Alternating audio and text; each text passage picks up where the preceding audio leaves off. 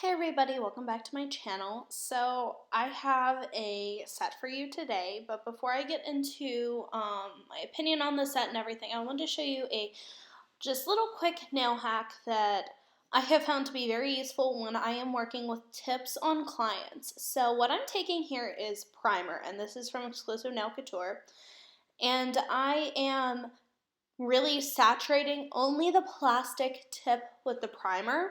I'm not over saturating the natural nail. I'm just really saturating the plastic tip that I applied.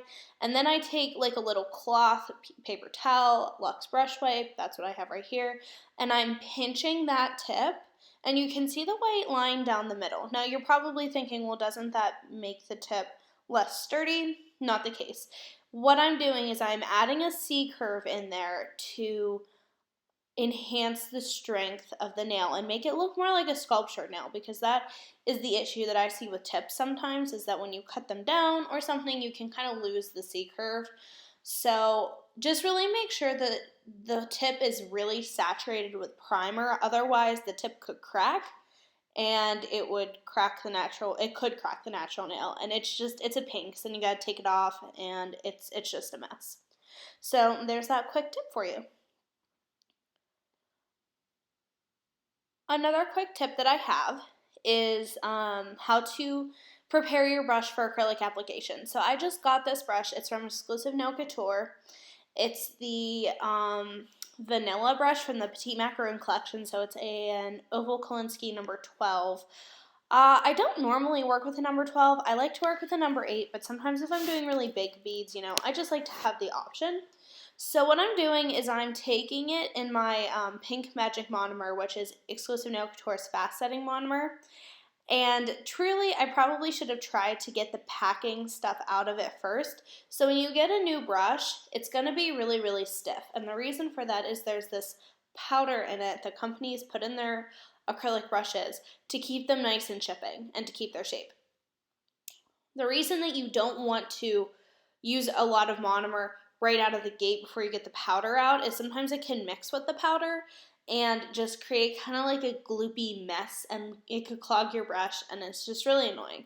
So maybe don't do what I did, but I would suggest doing this first, which is take the tip of your nail, not your finger necessarily. An orange wood cuticle stick would be fine. I've seen Sarah from Sarah's Nail Secrets used an old eyeshadow or a mascara spoolie, which would work really well too. So that is how you prep your brush, and of course you want to condition it with some monomer once you get all of the powder out, and then you are ready for acrylic application. So I'm going to be working with Eternal Beige today, and this is what I would call a salon set. This is probably, when people come to me for acrylic nails, I struggle with the beads a little bit because I'm not used to working with this monomer. When people come to me for a set of acrylic nails, this is most commonly what I would do, which is why I would call it more of like a salon set. It's basically just a tip overlay or sculpted one color acrylic, and it could be clear. I choose Eternal Beige or a Cover Pink just because I like to mask the natural nail. I think it creates a better base for gel polishes, especially if my client chooses a sheer gel polish. It's a nice pink to have behind it so that it's not a super sheer gel polish. And then they'll usually do one color of gel polish on all their nails, or like one color, like a solid color, and then maybe like an accent nail with maybe a little bit of bling or some stamping or some glitter. So that's what I would call a salon set of acrylic nails. Not necessarily what I do a lot of when I film, which is like all acrylic nail designs, which I'm sure some salons do, but I don't tend to do them a whole lot on people. I really want to try to get more videos of me working on people, like real people other than myself, out once this whole pandemic ordeal settles down. But I'm going to be real with you guys. I absolutely hated this set. I did not like how it turned out. It was not my best work, but I still decided to share it with you guys. I could have easily just deleted it and forgotten all about it. But I think it's really important, especially for a lot of people who are beginning to do nails, even just especially DIYers, but even nail techs, I would guess. I think you need to. It's important to see other people struggle sometimes. Like, I don't think it kind of sounds bad when I say it out loud and I hear myself saying it, but it's comforting to know that even somebody who has more experience than you do struggles sometimes, and sometimes does stuff that they don't like that person does not like. So I'm working with this Pink Magic monomer, right? And it's a fast setting monomer, and it just sets too fast for me. The only time I can even work with it on an actual set, like a full nail of using this monomer, is when I'm using a number 12 brush. And I think it's just down to the fact that it has more liquid in it, and it is a little easier to move, because every time I've used it with a number 8 brush, I just can't do it. Like, it sets up way too fast because it doesn't have as much monomer in it. But I don't like that I have to use so much monomer to get a bead that I can maneuver. So that's why I've never used this on another person, this monomer. I've used it one time on myself. The only time I use it, and I do find it very effective I find it effective for 3D work, because I don't have to wait for so long to play with the bead of acrylic that I lay for 3D work, and I don't have to wait for it to set up as long. So I do like it for 3D work, but I don't like it for like full sets of nails. If you can do fast setting monomer, good on you, because I just can't. It is not my forte. A lot of the times I get shadowing when I try to do it with like all acrylic designs. Not so much with these, but you can kind of see me struggling, and I'm having to use a lot of monomer, and I just don't like that. I would not want to cause contact dermatitis for my client, so I thought I would try it. I thought maybe, I had practiced with it a couple of times. I thought maybe that if I did it again, I could do it well. Not the case. So it's okay to branch out, but, just not everything is going to be your taste. And I think it's really important for people to know that and understand that, because nails are such a creative pastime, creative career. You're not going to go up to a painter and ask them to paint an exact replica of a hand-painted, hand-created masterpiece. That's just not how art works. So some days you're better at it, some days you're, not so good at it. Today, or whenever I did this, I think I did this sometime like last week, that was just not my day. And it was also like really late at night. I feel like it was 2 a.m. when I was doing this, and it just, don't do nails at 2 a.m.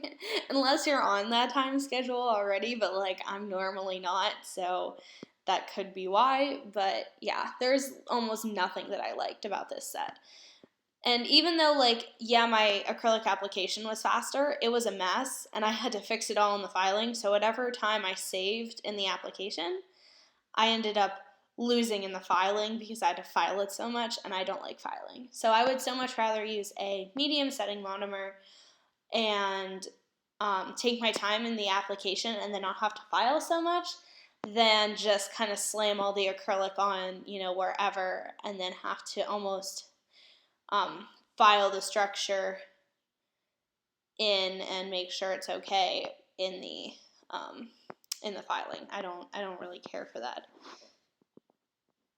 So I'm just finishing up this application, and then I go off screen and I file. I was using my Kiara Sky nail drill.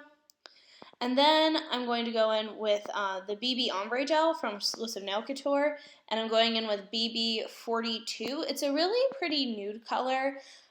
And it's not like, it's like an actual nude color. Like, it's a very, I don't even know how to explain it. It's a light nude, but it's almost pink leaning. Like, in this light, it doesn't look pink leaning, but it's going to look pink leaning when I have the light on it to do my little reveal video and picture. So I think it's really a nice color. And I was trying to build up my nude Nude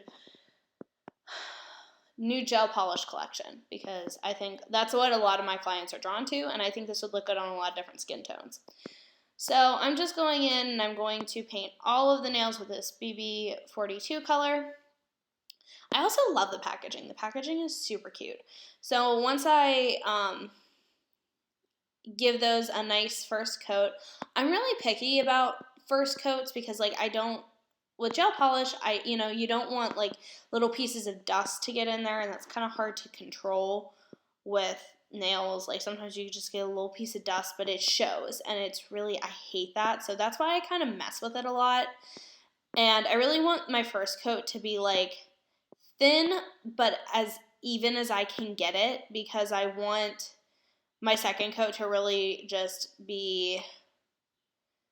really enhance the color and not worry so much about like the coverage and the evenness. I just really want it to enhance the color. So I'm going to cure that for 60 seconds, and I'm going to go in with a second coat. And then what I'm going to do is I'm going to do some bling on, I believe it's the middle finger. Yeah. When I'm doing nails, I know a lot of people like their accent nail to be their ring finger, which that's fine, and obviously I'll do whatever they want me to do. But when I'm doing my nails, a lot of times when I'm doing gems, I like it to be my accent nail to be my middle finger, because when you have 5 fingers, and even though for the most part you're only seeing 4, your middle finger is the longest, and so it's kind of the center of attention. So that's why I like to put gems on the middle finger. But obviously you could do whatever you wanted. So I'm just going to go in and make that. Even if I was really getting picky, and I do this a lot on clients, especially not so much with this color because this is a pretty forgiving color, but with colors that are not forgiving, like black or white, which are they're both kind of hard to work with sometimes with gel polishes, I'll take a little art brush or like a little liner brush, and I will go around the cuticle and make sure that color is perfectly even and smooth around the cuticle, especially for white. Black isn't as bad, but white is really hard to work with. So once I am done with that, I'm going to give that another 60-second cure, and then we're going to apply some gems. So I'm going in with my favorite combination, which is gummy jelly, but I'm going to use Wonder Gel this time. And the nice thing about Exclusive Nail Couture is that it really gives you options of what top coat you can use with gummy jelly. I have tried using gummy jelly with other top coats of like other brands, and it just doesn't work. It almost like gets sticky, and so then I have to top coat it again, but it does not get that way with Exclusive Nail Couture. So you can use gummy jelly with Wonder Gel, which is this gel, and it is also a non-wipe. All of their top coats are now non-wipe, which I really love. It didn't used to be a non-wipe top coat. It used to have a dispersion layer, but I'm really happy that they updated the formula. And Wonder Gel is also, it's thicker. It's a lot thicker than Shiny. So it's also stain resistant and acetone resistant, if I am correct. But it's like a semi-hard top coat. That's what they describe it as. You can also use it with Shiny, like I normally do. That holds gems on just as well. This will hold them on probably even better than Shiny if you're rough on your nails, just because it's a little bit of a harder top coat. And you can use it with a velvet matte top coat if you want a velvet top coat but bling on it, which I think is a really cool contrast. I don't typically do matte nails. So I'm just going in with these AB crystals and my little crystal picker-upper thing that I got from Amazon. The crystals are from Amazon as well. Yeah, this placement was okay in my head, but in execution, I think I probably could have done away with the stuff at the cuticle, or maybe just done the stuff at the cuticle, but I really liked that marquee-looking rhinestone, and I did it crooked, so that's also why I don't like this set. So then I'm going to just kind of touch that up, make sure there's no gel running or it hasn't like clumped up in places or it's too thick. I just want it to be really even and nice and smooth. And then that's going to go in the light for 60 seconds.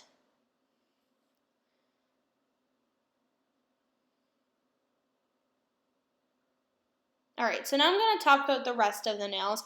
I did a little test top coat on the pinky, which is why it's not getting top coated, because I wanted to see if this was their no wipe formula. I wasn't sure, and it is. So I really do hope that you enjoyed this video. Please, comment down below. Tell me what you think. I know this is definitely not my best set that I've ever done. And please subscribe to my channel. So if you can take away anything from this video, just know that, it's okay to fail. You're going to learn so much more from your mistakes in life or things that you didn't do well than you are the things you did do well. So I hope that you took something away from this, and I hope you learned something. Everybody stay safe, stay happy, stay healthy, and I'll see you next time. Bye.